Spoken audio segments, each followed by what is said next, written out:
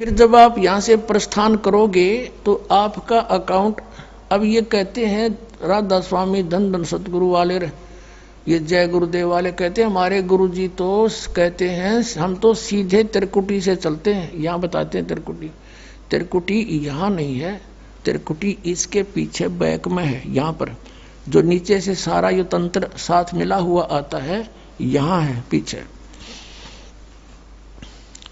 ये कहते हैं हमने ना तो वेदों की आवश्यकता, ना किताबों किसी और, ना हम गीता को मानते, ये भी तो किसी ने लिखी है। और हम तो सीधे त्रिकुटी से प्रारंभ करते हैं अपना रास्ता, त्रिकुटी से, उसका किसी ने नहीं पता।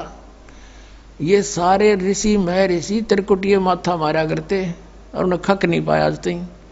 त्रिकुटी से तो बहुत आगे जाना हमने, और त्रिकुटी पर जाना कोई बालकों का खेल है, कोई बरवाले का बस स्टैंड है, चाहे पैदल पहुंच जाओ चाहे रिक्शा में बैठ कर पहुंच जाओ। त्रिकुटी इज द इंटरनेशनल एयरपोर्ट, त्रिकुटी अंतर्राष्ट्रीय हवाई अड्डा जानो। और वहां वही व्यक्ति जाता, सैर सपट्टे तो कोई धक्के खाए जाओड़ा, क्या फायदा होगा, उसने देख भी और आ जाओ उल्टा, क्या फायदा उसका।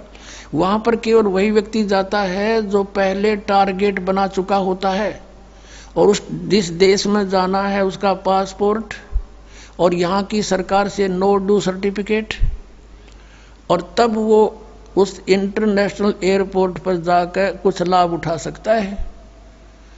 तो वहां से फिर आगे कैसे जाएंगे, उस त्रिकुटी पर पहुंचने के लिए तो सारा झंझट है, उस पर जाए पता फिर आप पे काम बन गया। तो त्रिकुटी पर जाने से पहले हमने इन भगवानों से नो ड्यू सर्टिफिकेट लेने पड़ेंगे।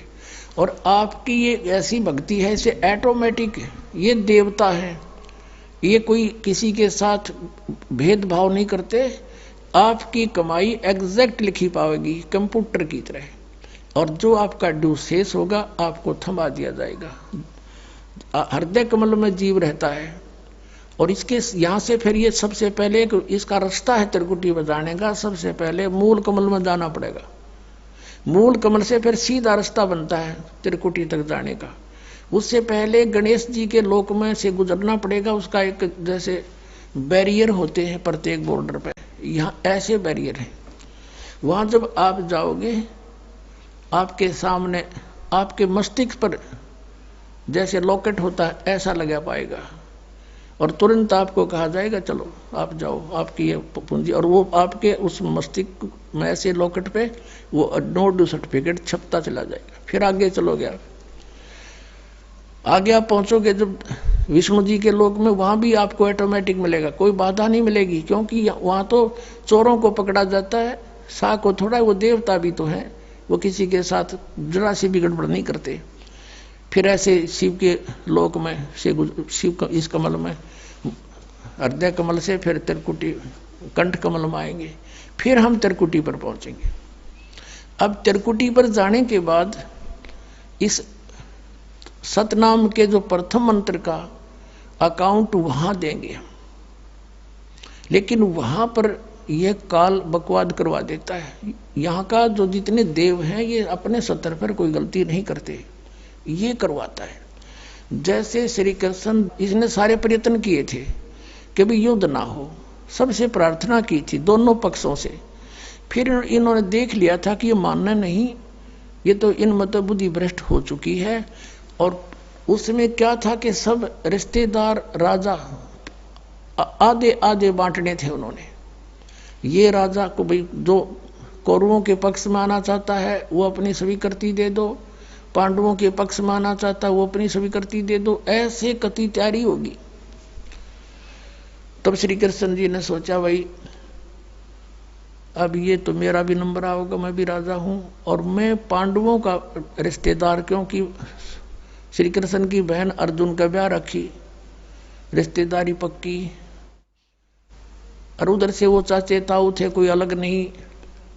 तो श्री कृष्ण जी ने यहां तक कह दिया कि भी एक तरफ तक मैं हूंगा, एक तरफ मेरी सेना होगी, अब मांग लियो जिसको मांगना हो। और यहां तक भी कह दिया कि मैं हथियार नहीं उठाऊंगा। अब पांडव तो मुंह धो रहे थे श्री कृष्ण पे कि सर्वशक्तिमान है, ये जो हमारी तरफ पक्ष में हो गया तो अकेला ही बहुत है। तो फिर पांडव घबरा गए थे, पांडवों ने यहाँ तक कह दिया था प्रभु हमें 5 गांव दिवा दो, हम युद्ध नहीं करेंगे।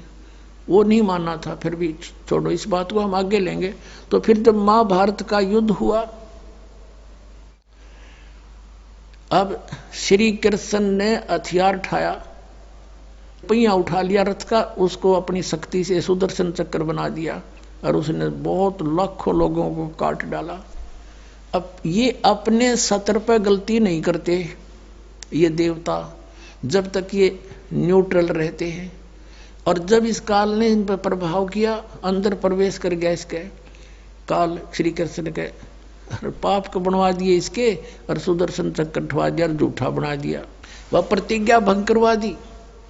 ऐसे ये त्रिकुटी पर जाकर चाल चाल है, यहां तक नहीं बोलता ये। अब वहां ये कोशिश करता है कि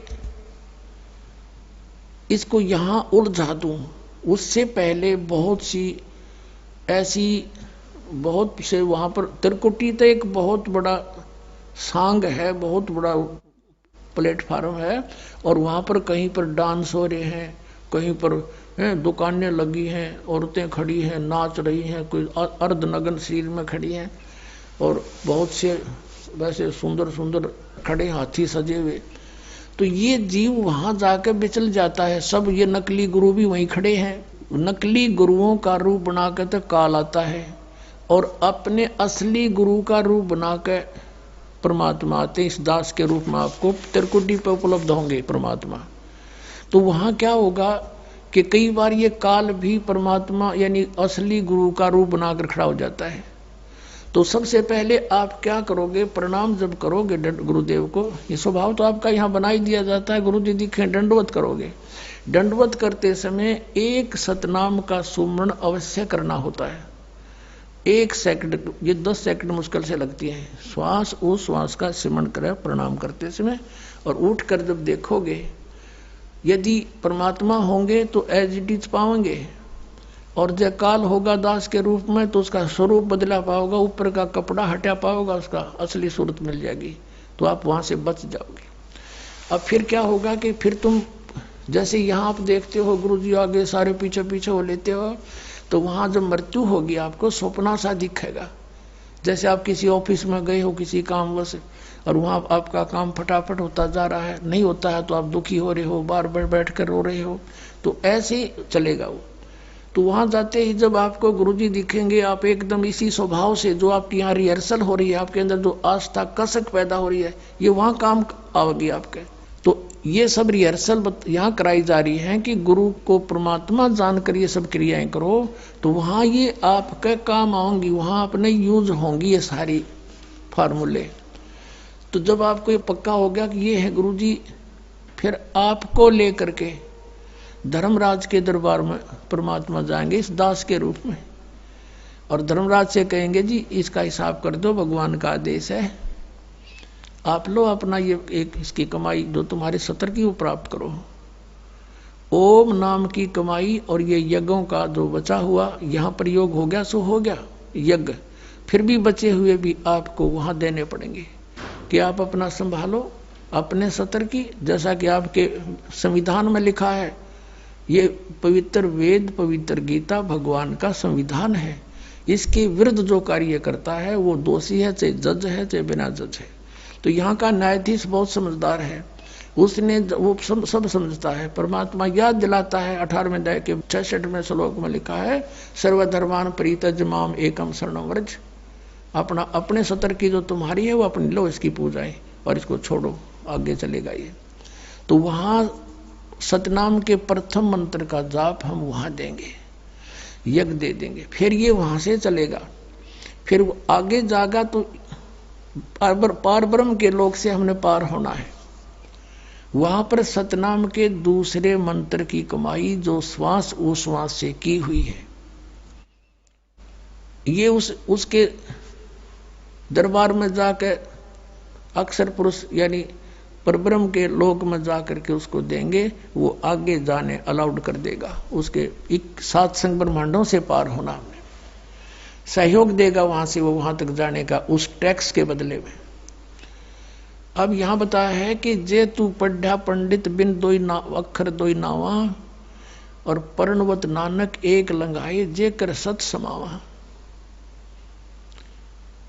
अब ये 2 अक्षर का नाम जो सतनाम है, ये हमें भंवर गुफा तक पहुंचा देगा। भंवर गुफा है, जैसे अभी तक हमने 10 द्वार सुने थे, तो यहाँ परमात्मा ने गरीबदास साहिब जी के माध्यम से कहा है कि 12 मद मैल मठ बोरे बहुर ना दे धरे रे। वो तो 12 में द्वार को पार करके है वो मठ, वो स्थान, वो ठोड़ ठिकाना। फिर जहां जाने के बाद बहुर ना दे धरे रे, फिर दोबारा जन्म कभी नहीं होता।